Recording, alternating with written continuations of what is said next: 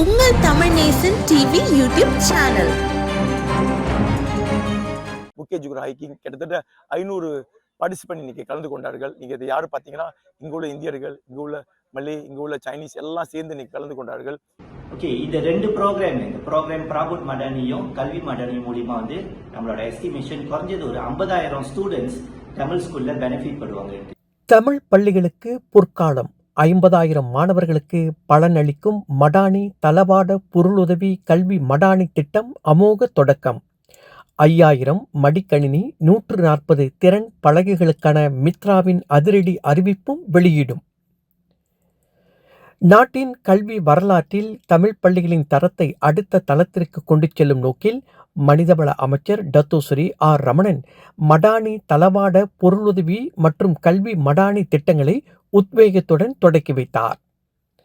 கல்வி அமைச்சர் ஃபல்டினா சீடெக் முன்னிலையில் ஜொகுர் பாரு ஜாலான் யாயா அவால் தமிழ் பள்ளியில் நடைபெற்ற இந்த பிரம்மாண்ட தொடக்க விழா இந்திய சமூகத்தின் கல்வி மறுமலர்ச்சியில் ஒரு புதிய அத்தியாயத்தை படைத்துள்ளது.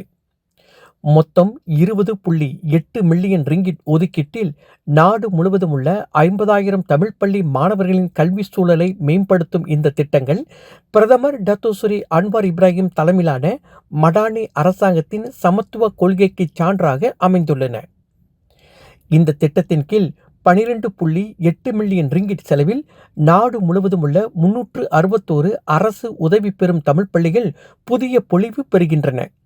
இதன் மூலம் 39,692 மாணவர்கள் மற்றும் 5,290 ஆசிரியர்கள் நேரடியாக பயனடைகின்றனர். வகுப்பறைக்கான மேசைகள், நாற்காலிகள், கரும்பலகைகள், கணினி மேசைகள் மற்றும் மின் விசிறிகள் என கல்வி அமைச்சின் தர நிர்ணயத்திற்கு உட்பட்ட நவீன உபகரணங்கள் வழங்கப்படுவது பள்ளிகளில் கற்றல் சூழலை மேலும் உற்சாகமானதாகவும் வசதியானதாகவும் மாற்றும். மறுபுறம் 8 மில்லியன் ரிங்கிட் நிதி ஒதுக்கீட்டில் முன்னெடுக்கப்படும் கல்வி மடானி திட்டம் 315 தமிழ் பள்ளிகளில் உள்ள B40 குடும்பங்களைச் சேர்ந்த சுமார் 10,410 மாணவர்களின் கல்வி தரத்தை உயர்த்துவதில் கவனம் செலுத்துகிறது. பள்ளி நேரத்திற்கு பிறகு தமிழ், ஆங்கிலம், கணிதம் மற்றும் அறிவியல் ஆகிய 4 முக்கிய பாடங்களுக்கு இலவச பயிற்சி வகுப்புகள் நடத்தப்படுவதுடன் சத்தான மதிய உணவு, கற்றல் உபகரணங்கள் அடங்கிய கிட் மற்றும் பள்ளிகளின் நிர்வாகத்தை சீரமைக்க தேவையான டிஜிட்டல் சாதனங்களும் இத்திட்டத்தின் கீழ் வழங்கப்படுகின்றன. இந்த நிகழ்வின் உச்சகட்டமாக மாணவர்களின் கல்வி மேம்பாட்டிற்காக அமைச்சர் ஆர் ரமணன் மேலும் 2 முக்கிய அறிவிப்புகளை வெளியிட்டார். இவ்வாண்டுக்கான மித்ரா வரவு செலவு திட்டத்தின் கீழ் பல்கலைக்கழகம், மெட்ரிகுலேஷன் மற்றும் ஃபவுண்டேஷன் பயிலும் 1ஆம் ஆண்டு மாணவர்களுக்காக 5,000 நவீன புத்தம் புதிய மடிக்கணினிகள் இலவசமாக வழங்கப்படும் என்று அவர் அறிவித்தார். கடந்த ஆண்டை தொடர்ந்து 2வது முறையாக தொடரும் இந்த டிஜிட்டல் உதவி உயர்கல்வி மாணவர்களின் கற்றல் தடைகளை உடைத்தெறியும். தமிழ் பள்ளிகளின் டிஜிட்டல் வகுப்பறை கனவை நனவாக்கும் வகையில் கடந்த ஆண்டு நிதி பற்றாக்குறையால் விநியோகிக்கப்படாமல் இருந்த எஞ்சிய 140 பள்ளிகளுக்கு இந்த ஆண்டுக்கான நிதி ஒதுக்கீட்டின் மூலம் திறன் பலகைகள், ஸ்மார்ட் போர்ட்ஸ் வழங்கப்படும் என்றும் அவர் தெரிவித்தார்.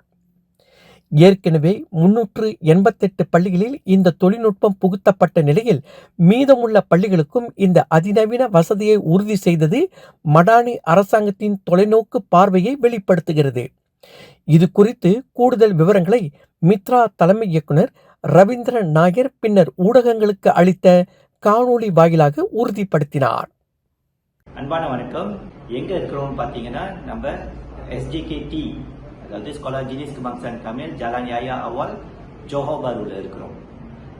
இன்னைக்கு மெயினான ப்ரோக்ராம் என்ன இந்த தமிழ் ஸ்கூல்லன்னா நம்மளோட மஜ்லிஸ் பெlancaran ப்ரோக்ராம் மடானி ராக்கியாட் பிராபோட்டும் இருக்கு. இதுல கல்வி மடானியும் இருக்கு.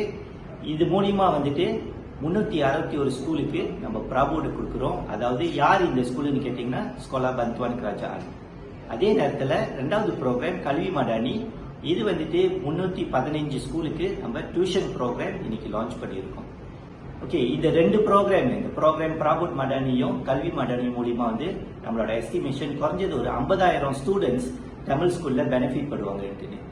ஓகே, அதே நேரத்தில் இன்னைக்கு YB ரமணன் ராமகிருஷ்ணன் 2 அனௌன்ஸ்மெண்ட் செஞ்சிருக்காரு இந்த ஸ்கூல்ல. நல்ல விஷயங்கள். ஒன்னாவது வந்துட்டு இந்த வருஷத்தோட பட்ஜெட்ல நம்ம 5000 laptops university students, matriculation students, foundation ஸ்டூடெண்ட்ஸ்க்கு இவங்களுக்காக நம்ம வந்து லேப்டாப் ப்ரோக்ராமை கண்டினியூ பண்ணலாம்னு அனௌன்ஸ் பண்ணியிருக்காரு.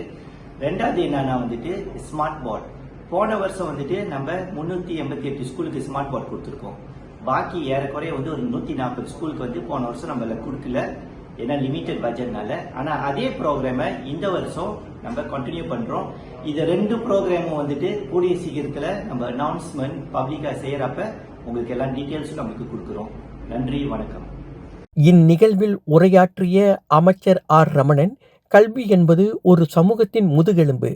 தரமான மனித மூலதனத்தை உருவாக்குவதே மடானி அரசாங்கத்தின் இலக்கு என்று உறுதிபட கூறினார்.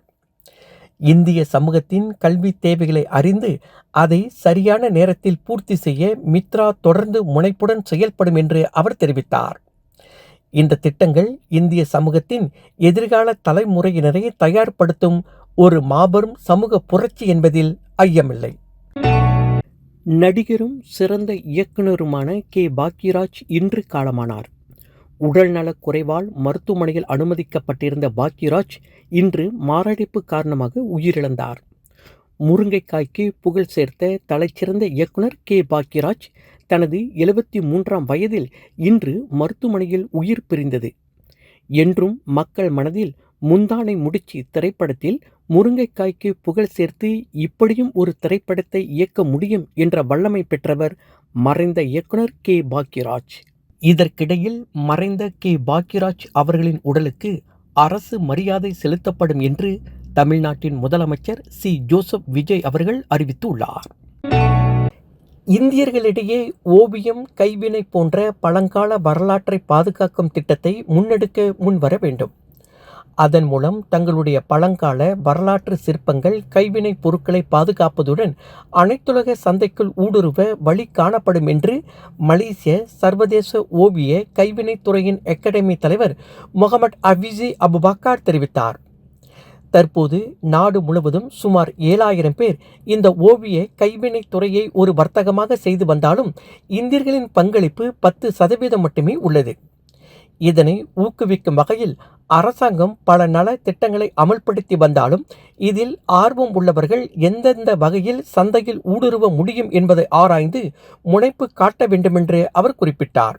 சிலங்கூர் மாநிலத்தில் ஒரு வரலாறு புகழ்மிக்க பகுதியாக பந்திங் ஜுக்ரா மலை ஏறும் போட்டியை தொடக்கி வைத்த பின் நடைபெற்ற ஊடகத்திற்கு வழங்கிய பேட்டியில் மேற்கண்டவாறு மலேசிய ஓவிய கைவினைத்துறையின் அகாடமி தலைவர் முகமது அவிசி அபுபக்கர் கூறினார்.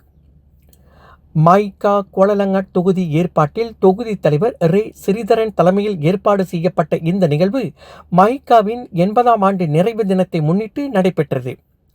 தொகுதி தலைவர் ஸ்ரீதரன் அவர்கள் இன்று மைக்கா மீது நம்பிக்கை வைக்கும் வகையில் 500க்கும் மேற்பட்ட சிறுவர்கள், இளைஞர்கள், மகளிர் கலந்து கொண்டு தங்களது ஆர்வத்தை காட்டியுள்ளது மகிழ்ச்சி தருவதாக குறிப்பிட்டார். வணக்கம்.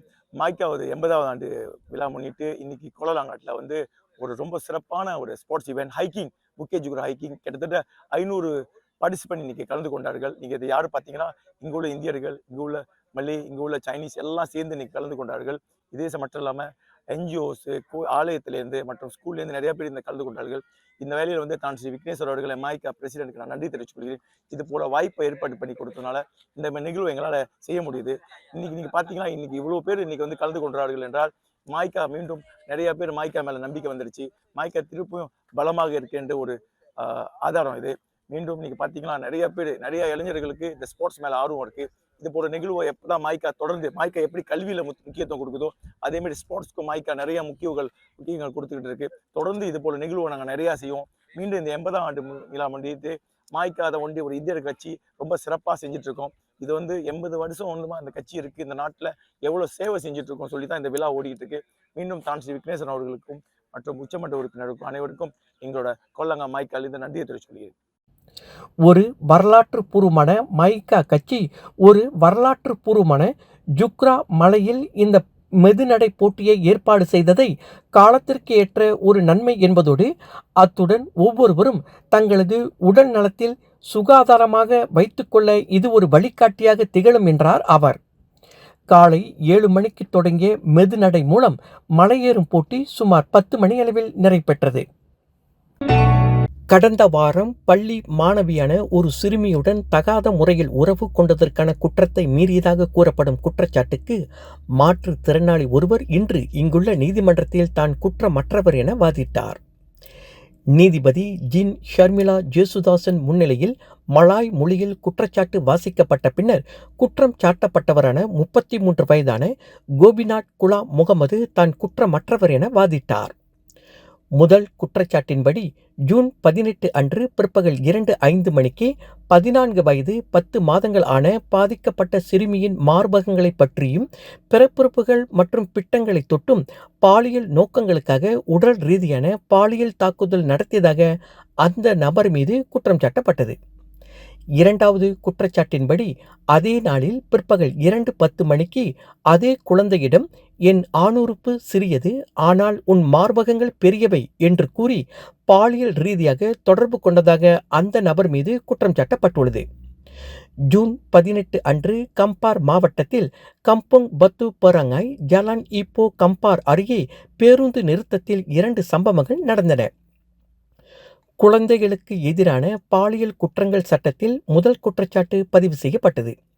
இதில் குற்றவாளி என நிரூபிக்கப்பட்டால் 20 ஆண்டுகள் வரை சிறை தண்டனையும் பெரும்படி தண்டனையும் விதிக்கப்படலாம். இரண்டாவது குற்றச்சாட்டு வாசிக்கப்பட்டது. இது தண்டனை தீர்ப்பின் பேரில் 3 ஆண்டுகளுக்கு மேல் சிறை தண்டனை விதிக்க வகை செய்கின்றது. ஈப்போ மற்றும் தைப்பிங்கில் நடந்த தனித்தனி சம்பவங்களில் 2ற்கும் மேற்பட்ட பெண்களிடமிருந்து 77,000 ரிங்கிட்டுக்கும் அதிகமான மதிப்புள்ள நகைகள் மற்றும் பணத்தை மோசடி செய்த ஸ்கிராச் அண்ட் வின் மோசடி கும்பலுடன் தொடர்புடையவர்கள் என்று நம்பப்படும் 5 பேரை ஈப்போ காவல்துறை கைது செய்துள்ளது. 22 முதல் 40 வயதுக்குட்பட்ட சந்தேக நபர்கள் ஜூன் 19 அன்று மலாக்கா மற்றும் சிலங்கூரில் நடத்தப்பட்ட சோதனைகளில் கைது செய்யப்பட்டதாக பேரா காவல்துறை தலைவர் டத்தோ முகமது அல்வி ஜைனல் அபிடின் தெரிவித்தார். தங்க கட்டிகள் மற்றும் அதிர்ஷ்ட குழுக்கள் பரிசுகள் தருவதாக ஆசை காட்டி 2ற்கும் மேற்பட்ட பெண்களை ஏமாற்றிய அந்த கும்பல் தொடர்பான 2 புகார்களை காவல்துறை பெற்றுள்ளதாக அவர் கூறினார்.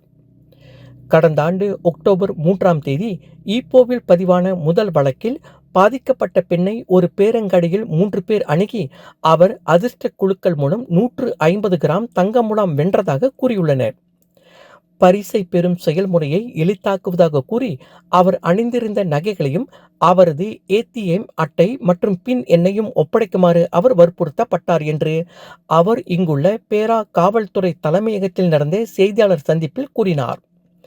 சந்தேக நபர்கள் பின்னர் தலைமறைவானதாகவும் பாதிக்கப்பட்டவரின் வங்கி கணக்கில் இருந்து 600 ரிங்கிட் எடுக்கப்பட்டதாகவும் அவர் கூறினார். இதனால் பாதிக்கப்பட்டவருக்கு 18,600 ரிங்கிட் மதிப்பிலான இழப்பு ஏற்பட்டது என்பதும் குறிப்பிடத்தக்கது. தமிழ் நேசன் டிவியில் லைக் பண்ணுங்க, சப்ஸ்கிரைப் பண்ணுங்க, சப்ஸ்கிரைபர் பெல் பிரஸ் பண்ணுங்க. இது ஒரு தமிழ் நேசன் டிவி தயாரிப்பு.